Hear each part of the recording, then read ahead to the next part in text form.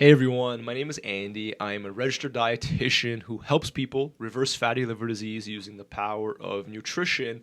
And if you've watched my YouTube shorts before, you'll already know that. But I wanted to come on today in a bit of a longer form capacity and just give some thoughts. If you're out there and you've just been diagnosed with a fatty liver, I want to give you some insight into what that really means for you, what your next steps are, how you should look at it, and then how someone like myself could actually help you to reverse it in the medium term.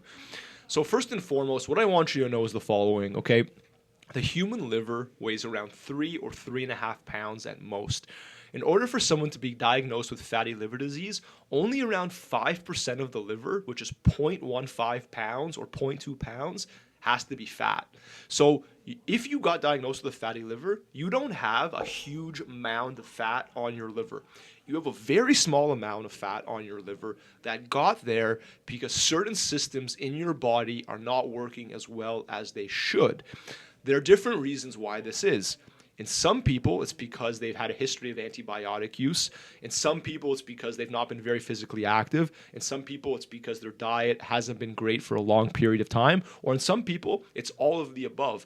All of these systems, for different reasons rather, influence whether or not fat gets stored in your liver. Now, let's fast forward to today. You just got diagnosed with fatty liver disease and you're watching this video. How should you think about it? Well, fatty liver disease in my opinion is a warning sign of more challenges ahead if you don't change what you're doing specifically with your nutrition and obviously with your physical activity too. Don't forget, everyone, you don't need to be an Olympic athlete to use physical activity to reduce your liver fat levels. Even 150 minutes of brisk walking a week is enough to put you in a way better position and to start to lower liver fat content, which is amazing, by the way. Now, if you don't know how to check how much liver fat you have, the best way to do so is something called a fibro scan, which is a special piece of ultrasound technology. If you're not able to get a fibro scan, you might get an ultrasound or some other imaging that's not as, let's say, precise. That could help kind of measure how much fat you have in your liver.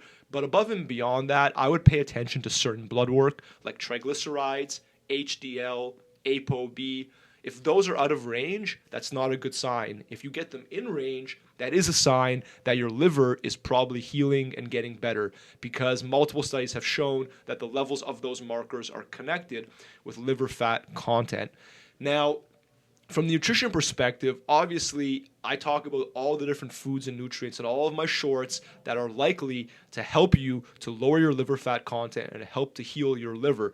But if I wanted to put a big label on the style of eating that I think is best for reversing fatty liver disease, I would call it a high polyphenol Mediterranean diet. Okay, polyphenols are a group of plant-based compounds. I've talked about them before and I encourage you to look them up, but they are a group of plant-based compounds found in certain foods like artichoke, blueberries, dark chocolate, flax seeds, walnuts. These compounds are known to help reduce liver fat levels partially because they're anti-inflammatory, they have antioxidant benefits, and also because they influence the gut microbiome.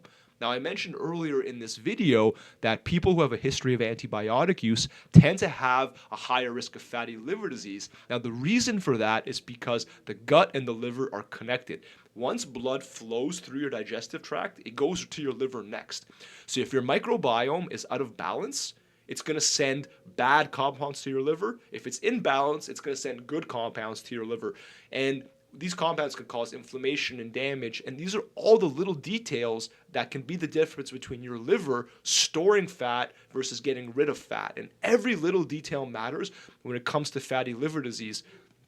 Let me take a sip of my coffee. Actually, I did that on purpose because studies show that if you have a fatty liver and you drink 3 to 4 cups of coffee a day, you have a lower risk of advancing to a more severe form of the condition known as fibrosis.